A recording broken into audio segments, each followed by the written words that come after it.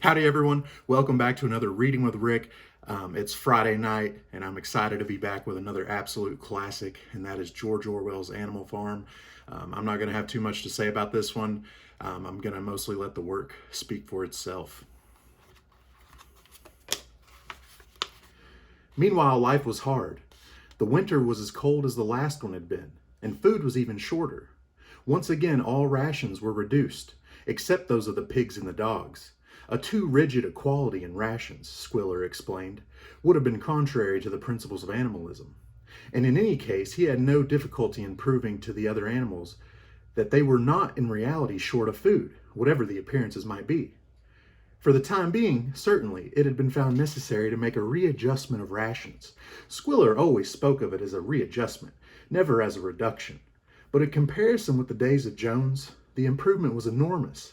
Reading out the figures in a shrill, rapid voice, he proved to them in detail that they had more oats, more hay, more turnips than they had in Jones's day, that they worked shorter hours, that their drinking water was of better quality, that they lived longer, that a larger proportion of their young ones survived infancy, and that they had more straw in their stalls and suffered less from fleas. The animals believed every word of it. Truth to tell, Jones and all he stood for had almost faded out of their memories. They knew that life nowadays was harsh and bare, that they were often hungry and often cold, and that they were usually working when they were not asleep. But doubtless it had been worse in the old days. They were glad to believe so. Besides, in those days they had been slaves, and now they were free, and that made all the difference, as Squiller did not fail to point out. So again, you're going to be a slave or you're going to be free.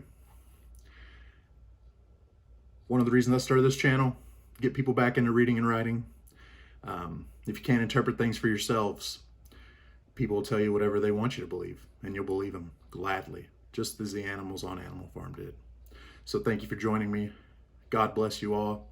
Christ loves you. I love you. Peace out again.